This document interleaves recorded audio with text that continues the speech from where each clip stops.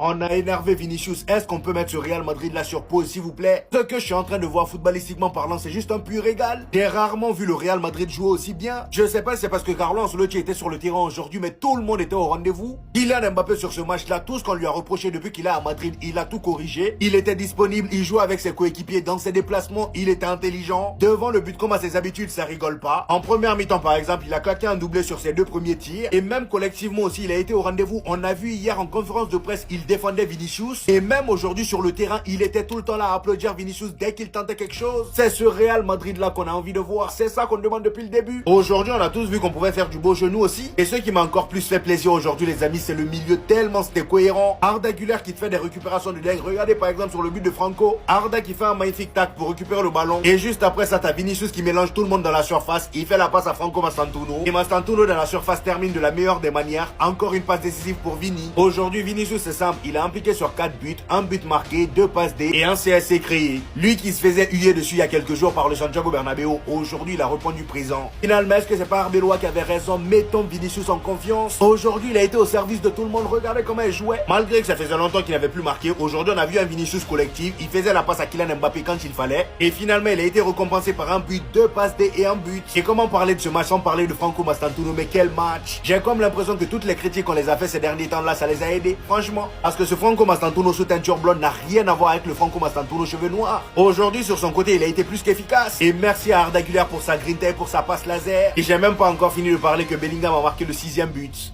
En dessous, j'ai toujours été dans ton train, mais plus jamais de ta vie, plus jamais de ta vie, tu t'assimiles au Barça lorsque tu affrontes le Real pour proposer une telle bouse. Plus jamais de ta vie. Quand avant le match, tu dis, étant donné que je suis du Barça, affronter le Real Madrid, c'est comme un classico pour moi. Tu te moques de nous?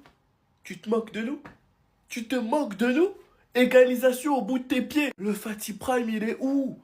Mais Fatih Prime, il l'a même matin, midi, soir, tu l'as même pas cadré. 4-0, tu sors à la 60e minute. Après avoir expliqué que pour toi, c'est comme un classico. Et en plus, quand je t'ai vu titulaire, j'étais hype. Je me suis dit, ouais, pourquoi pas en vrai? C'est la pire head watch de la saison. Je n'ai jamais vu une head watch aussi dégueulasse. Madrid a atomisé Monaco. Et en plus de ça, Ansu Fati a raté un face-à-face. Et il sort à la 60e minute. Eh les gars, s'il vous plaît, mettons même de côté le match Monaco-Real. Mais où est Fatih Prime? Où est Fatih Prime? Perdu à tout jamais? Je sais pas, il est encore jeune. On va lui laisser du temps, mais